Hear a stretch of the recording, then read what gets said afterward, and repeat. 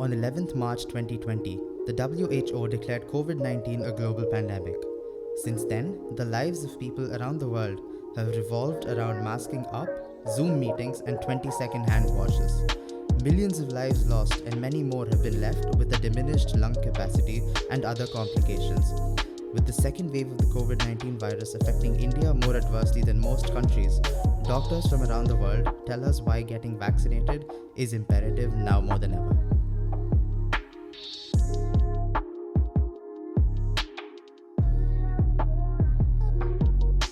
We had three doctors in three completely different settings.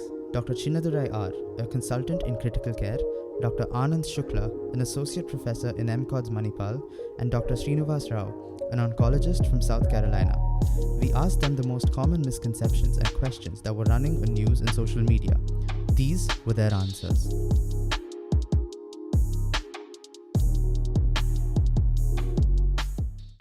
Okay, me and my wife, both of us doctors, and she's treating patients in OPD COVID patients. I'm treating patients in ICU. So we go through very bad emotions because I deal 2 to 3 deaths per day. So many young people dying, so many pediatric patients on ventilator, pregnant lady on ventilator. So less than 40 years old of breadwinners on ventilator, we're losing them. As what happened in the first wave, we were, we didn't know what to do, if the quality of care and what treatment to be done. A lot of confusion, but this time we know how to treat it. No confusion about treatment aspect, but unfortunately, healthcare system is overwhelmed, and we run out of beds. And we get on average 200 to 300 calls for ICU beds every major hospitals. Very unfortunate, throughout the night we're getting calls, friends, father, mother, wife, their friends. Very unfortunate.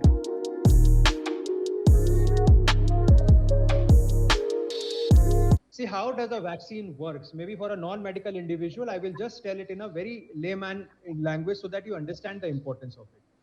Vaccine is, it is just like in your body, the virus is introduced maybe in an inactivated form. When that virus comes to your body presumes a danger, the immunity or the immune system get activated and it tends to fight those viruses. Now those cells which are produced to fight this virus now have a memory and they are there in the system. So in future, if you encounter this virus, your body is ready to fight it. As simple as that. Don't be skeptical. Make sure you get yourself vaccinated. Encourage others also. As I said, we have to fight it as a team. It is not an individual fight. It is a fight which has to be fought by the entire team. So make sure and get vaccinated. That's the only weapon that we have right now. And don't be afraid of it. Unfortunately, the second wave is much worse than the first, because in the first wave, we have seen more or older people got infected. We are struggling to save them, but the second wave, unexpectedly hitting young people, no comorbids people, children. See, the vaccine definitely cross protect any new variant, old variant, whatever variants, because the media always runs with more negative news. People, we learn to read more of negative news than the positive news. Okay, the negative news goes into our mind than the positive news. Okay, for example, now, oh, so many people died there, so many accidents happen. If you see any open in the media, okay, more of accidents, rape, deaths, our eyes are more catching towards that. If anybody, because of vaccine, if you see last few months, a lot of negativity about the vaccine from the news media. Though one side we are all fighting and government is fighting, vaccine is good, but media says, oh, in the Western country, particular country, 20 people died after vaccination. At the end, we'll see the news, the last line they say, the doctors are saying there is no correlation between vaccine and death. Okay.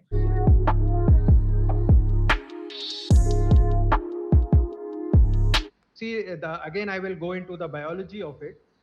Suppose a person gets coronavirus, yes, he will develop antibodies. That's what I explained initially. But the basic difference is, first of all, the immune response will be for a very short time frame. And second, you don't know how much immunity will be generated because of the initial infection. So you need vaccination, that is for sure.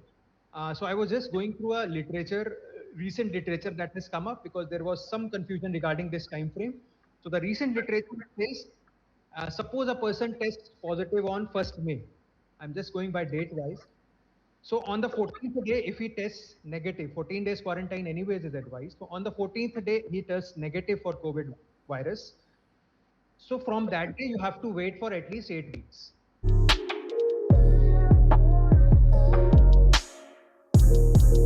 It actually boosts your immune response. No? When you get a vaccination, your body is activated to fight the COVID virus. So that means it is enhancing your immunity for definitely for coronavirus. So that is again absolute myth.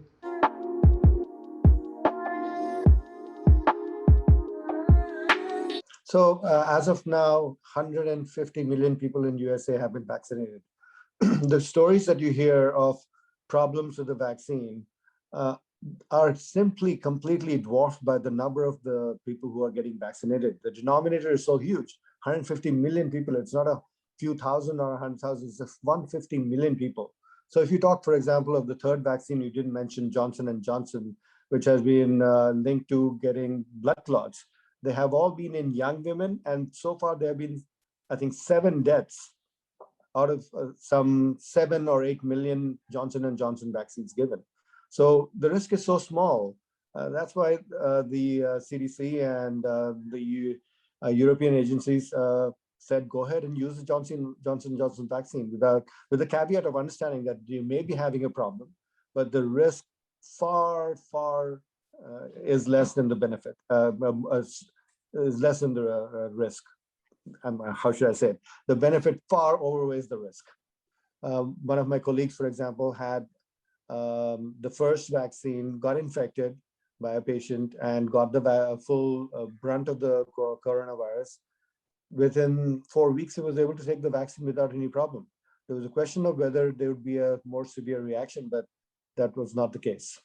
Side effects that we observe are very common side effects which are observed for any injection or any vaccination, that if as a child that you would have taken, whatever. That's maybe you might have slight soreness in the area, bit of malaise, you will have some maybe pain over the injection site, and at most you can have a bit of fever, which can be easily taken care of, but nothing major. Few cases in some part of the world have been reported, but you cannot attribute those complications to vaccine. You may get a fever, make sure that you have something to counter the fever, not steroids, but something like acetaminophen, which is paracetamol in India, or an aspirin-like drug, like ibuprofen or naproxen.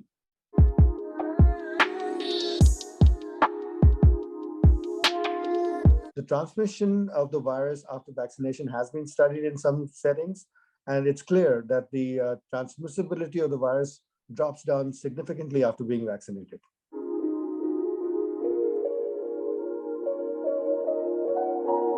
There are 2 vaccines, as you said initially, are available to us, that is Covishield and Covaxin. For Covishield, initially it was 4 weeks, now they say from 4 to 8 weeks you have to wait for the second shot, and Covaxin it is around, I think, 4 to 6 weeks. And definitely, yes, the more the time period, the efficacy is definitely more, and you need 2 doses. Please don't be under that impression that 1 dose is enough for you. The optimum immune response won't be elicited.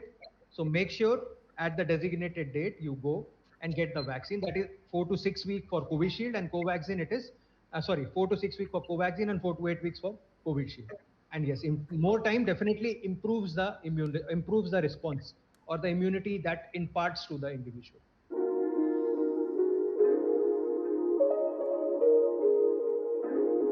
If you take, even last time 30% of people got immunity, this time maybe another 30% get immunity, but still vaccination effect takes, it take another 2 months. By the time this storm will struck and go, vaccinating now, it won't flatten the curve.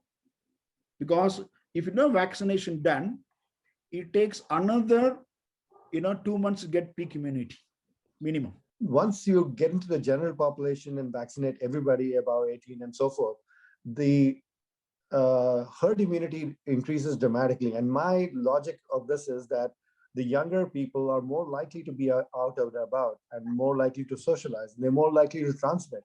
So the impact of the younger people being vaccinated will be much more.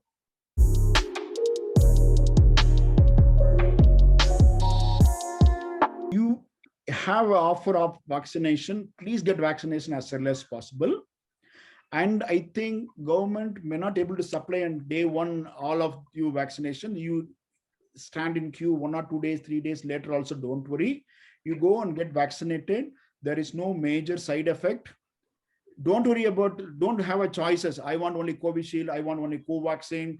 Don't worry about that. Whatever vaccine available when you go to the center, please get injected, whichever vaccine available. Younger people have a good lung capacity. They tolerate, up to 40% of the lung damage without they're aware of that. The suddenly after 40%, when the oxygen drops, then only they're developing breathing difficulty. So that even younger people, you can use the pulse oximeter at home. Whenever a doubt, we have a pulse oximeter, keep checking your oxygen level. That is very important, See, for example, somebody is infected and admitted in the hospital and still you are negative, just keep checking your pulse oximeter level. If you know more than 97, you need not worry about that. So older people develop symptoms early and come to the hospital early, we are able to save them early. Where younger people develop symptoms later and breathing difficulty later, that they come late to the hospital and they're losing their life is much higher than the older people. So younger people also should keep on monitoring, keep on checking their health. That is very important message I want to give across. Now this mask and social distancing has to be part of our lifestyle for another coming few years, trust me. We have to be mentally prepared for that. I know it is very difficult to feel, but always imagine that taking an oxygen mask is much more difficult than taking a normal mask. Any society, the majority is the youth, right? 18 to 45 comprise the majority of the individuals. And see what happens, you, or maybe for that matter, your batchmates, you will be more resistant to this virus. Maybe if you get the viral infection also, you might not be symptomatic at all. You might not know also that you have coronavirus, but you can be a transmitter. You can give it to a relative or an individual who is more susceptible, an old individual or a toddler or a kid who is less susceptible. So that's why if more and more youth or more and more people who are comprising a chunk of our population, they get vaccinated, again that chain will be broken and hence we can fight this virus. I still see, I'm in Manipal only right now because I work here, and it's sometimes very disheartening to see that still, some, especially the youth, they're not serious regarding wearing the mask. And I will make sure that I tell that person, that guy, do please wear mask because it is very important, not only for you, but especially for people around you. So I think this should not be told. This should just come from within as a mark of responsibility. I have a 3-year-old daughter. She is also used to wearing masks. If she has to go out, she says, Papa, make me wear mask, I'll go out. So if a 3-year-old child can be so responsible, why not a 18, 19 or a 20-year-old boy or a girl? And I think all of us have to fight it together. That's the only way we can come out of this mess that we only have created, actually. We can't blame anyone for it. Trust me, Cynthia, I'll tell you, we only have created it and we have to come out of it stronger. That's it. While the arrival of the vaccine looks like a light at the end of the tunnel, it still doesn't signal an immediate end to our suffering. We must continue to take all precautions, wearing masks, following social distancing, and hygiene rules. We must also encourage high rates of vaccination within our nation's population to fight this virus.